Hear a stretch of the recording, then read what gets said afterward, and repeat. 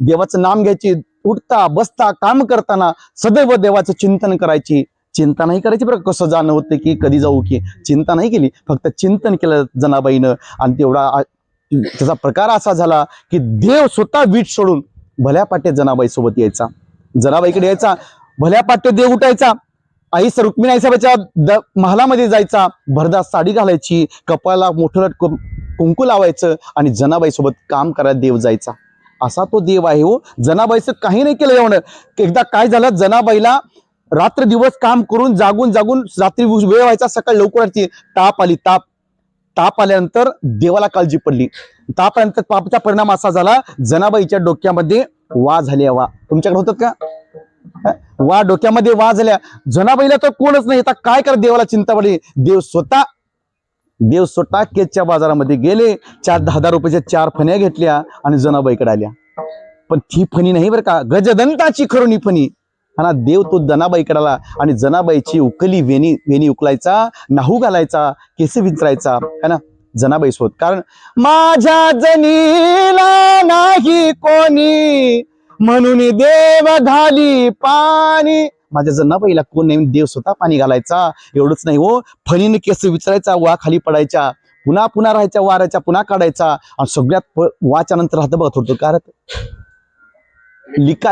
हा इकडं माहित नाही का काही लिका राहतात, ते लिक देव काय करायचा, बघायचा केसामध्ये एक एक काढायचा. असंच काढतात ना, असं धरायचा, काढायचा, तिच्याकडे रागाने बघायचा देव, रागाने माझ्या जणीच्या डोक्यामध्ये जाते म्हणायचा, या नकावर ठेवायचा.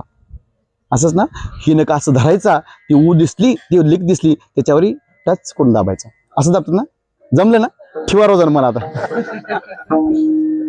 जनाबाई सोबत एवढं काम करायचं. झाड लोट करी जणी केर भरे चक्र पाणी है ना, झाडलोट करायचा देव, केर भरायचा. असा तो माझा भगवान प्रबंधक कृपाळू आहे, दयाळू आहे. आणि देवानं काय केलं जनाबाईचं, जरीच्या घरात ओढिले तू जाते, जोडिले से नाते पांडुरंगा पांडुरंगा, जोडिले से नाते पांडुरंगा. देवानं नातं जोडलं असो. एक जनाबाईच नाही, अनेक भक्ताची उदाहरण घेतली. चोखोबारासोबत काय केलं हो, चोखोबाराने एवढी भक्ती केली.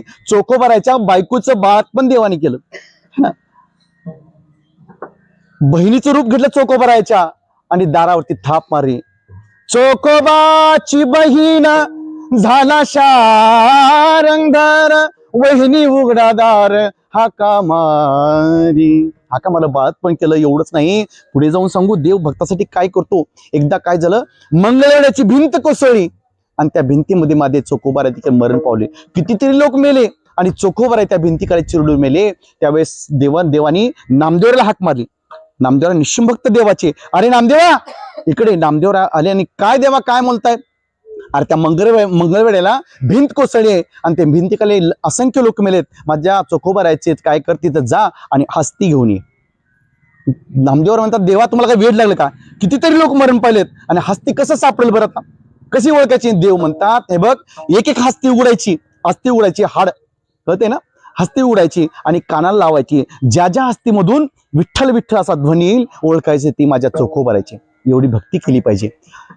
एवढी भक्ती केली चोखोबारांनी, एवढी भक्ती केली की त्यांच्या हाडामधून विठ्ठल विठ्ठल ध्वनी यायचा, असा ध्वनी यायचा. हा ना, आपण जर मेलून आपल्या हाडाचा वास घेतला तर झिंगाट आल्याशिवाय राहणार नाही, है ना. अशी आपली भक्ती आहे हो, है ना. आपली भक्ती वेगळीच. आपली भक्ती कसा माहितीये का, सोमवारी वेगळी भक्ती, मंगळवारी भक्ती, है ना. सोमवारला की हे भोळ्या शंकरा आवड तुला बेलाची, कधी म्हणतो, सोमवारी. आणि सोमवार संपला की आता होतं बघा, उदागांबाबाई हा केलं माझ्या धाव, गोंधळ मांडीला नाही तुझा गोंधळाला याव. आईची भक्ती लगेच.